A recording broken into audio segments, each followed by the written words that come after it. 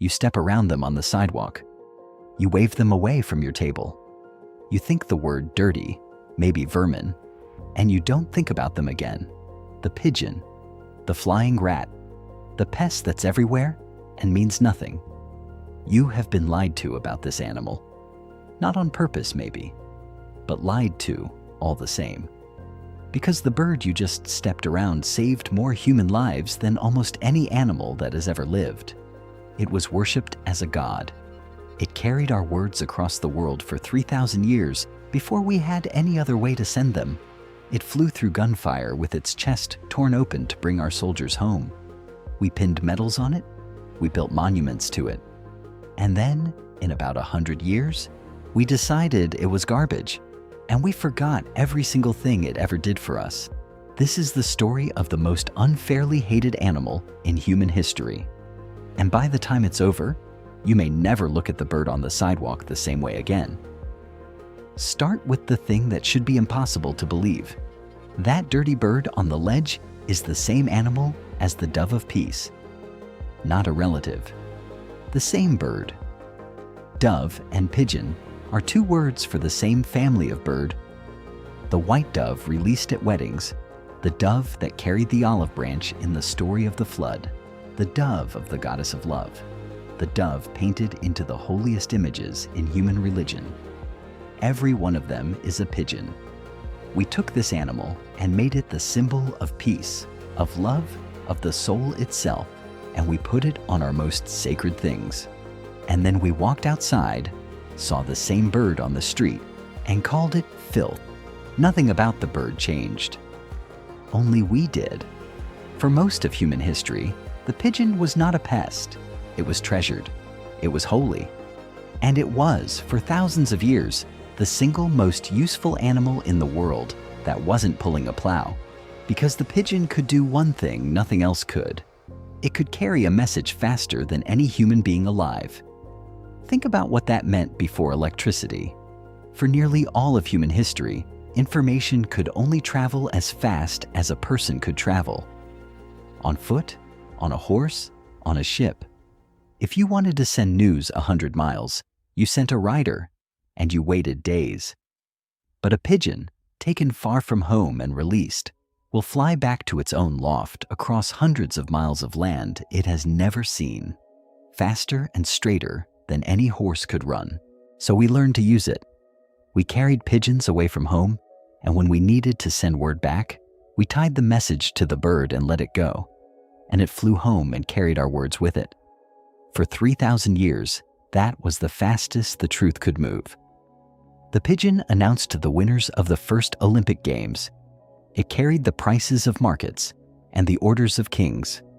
The famous story goes that one banking family learned of Napoleon's defeat at Waterloo by pigeon, days before anyone else in the country knew the war had turned, and moved a fortune on the news while the world was still waiting for a man on a horse to arrive.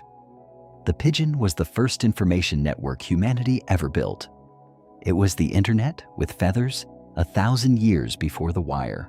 Empires rose and fell on which side's birds got home first. And then came the wars that would make the pigeon a hero and prove, beyond any argument, what this animal was willing to do for us.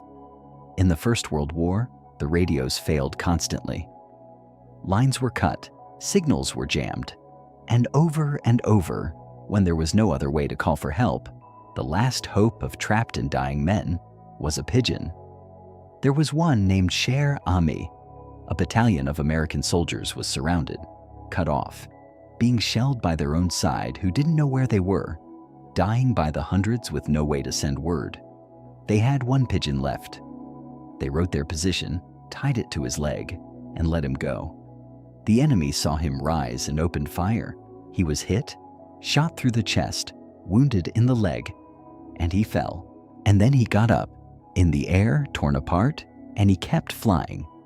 He flew 25 miles home with that message, and he delivered it, and the shelling stopped, and nearly 200 men walked out of that forest alive because a wounded bird refused to fall. He was not the only one. In the Second World War, a pigeon named Ji Wangzhou flew 20 miles in 20 minutes to deliver a message that stopped an airstrike from bombing a village that had just been taken by friendly troops, saving the lives of around 1,000 people who never knew how close they came. Across both wars, when everything humans built to talk to each other broke down, it was this animal that flew through the fire to carry our words. The highest honor an animal can receive for bravery in war has been given to 32 pigeons for decades, more than any other animal on Earth, more than dogs, more than horses, pigeons. Sit with that for a second. The bird you call a flying rat is one of the most decorated animals in the history of war. So how did a war hero become vermin? How did a god become a pest? We threw it away. That's the whole answer. The telegraph came, and then the radio, and then the phone, and suddenly the bird that had carried our messages for 3,000 years had no messages left to carry. We didn't need it anymore. And the pigeons in our cities, the ones cooing in the rafters and crowding the squares, those aren't wild birds that wandered in.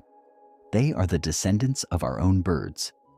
The racing pigeons, the messenger pigeons, the ones we bred for thousands of years to live alongside us and always come home. We made them depend on us. We made them live in our buildings and eat from our hands. And then we stopped needing them, and we walked away, and we left them in the cities we had drawn them into. They did the only thing they knew how to do. They survived. They nested in the stone ledges that looked like the cliffs their ancestors came from, and they bred, and they stayed close to us, because close to us is the only place we ever taught them to be. And we looked at the mess of the animal we had abandoned, and instead of guilt, we felt disgust. Somebody called them rats with wings, and the phrase stuck, and that was that. 3,000 years of loyalty erased by 2 words. We poisoned them. We spiked the ledges. We taught our children they were dirty. We blamed the pigeon for the one crime it ever committed against us, which was surviving in the place we left it. And here is the part that should stay with you. The thing that made the pigeon a god, a messenger, a war hero. It never went away. That impossible gift in its head, the one that let it find its way home across hundreds of miles of land it had never seen. We still don't fully understand how it works. After all these years, all our science, we still cannot completely explain how a pigeon knows the way home. We think it reads the magnetic field of the earth. We think it uses the sun and smell and maps we can barely guess at. But the truth is, the miracle that won our wars and built our fortunes is still a mystery to us. And it is still there, in the bird on the sidewalk, the same animal, the same impossible compass turning in its head, pointing home, with no message left to carry, and no one left who needs it to come back. So the next time you step around a pigeon in the street, look at it for 1 extra second. Because you are not looking at a pest, you are looking at a fallen god and a decorated soldier and the oldest messenger in human history, carrying 3,000 years of our forgotten debt on its back, still finding its way home to a world that doesn't remember asking it to. It never stopped being any of those things. We just stopped looking. If this story changed the way how you see them, even a small thing, please let me know in the comments and tell me if you've ever really watched the whole thing. Up close, instead of past, subscribe, and turn on notification, because every animal in this series are special like this one. Some we loved, some we feared. The next one is coming.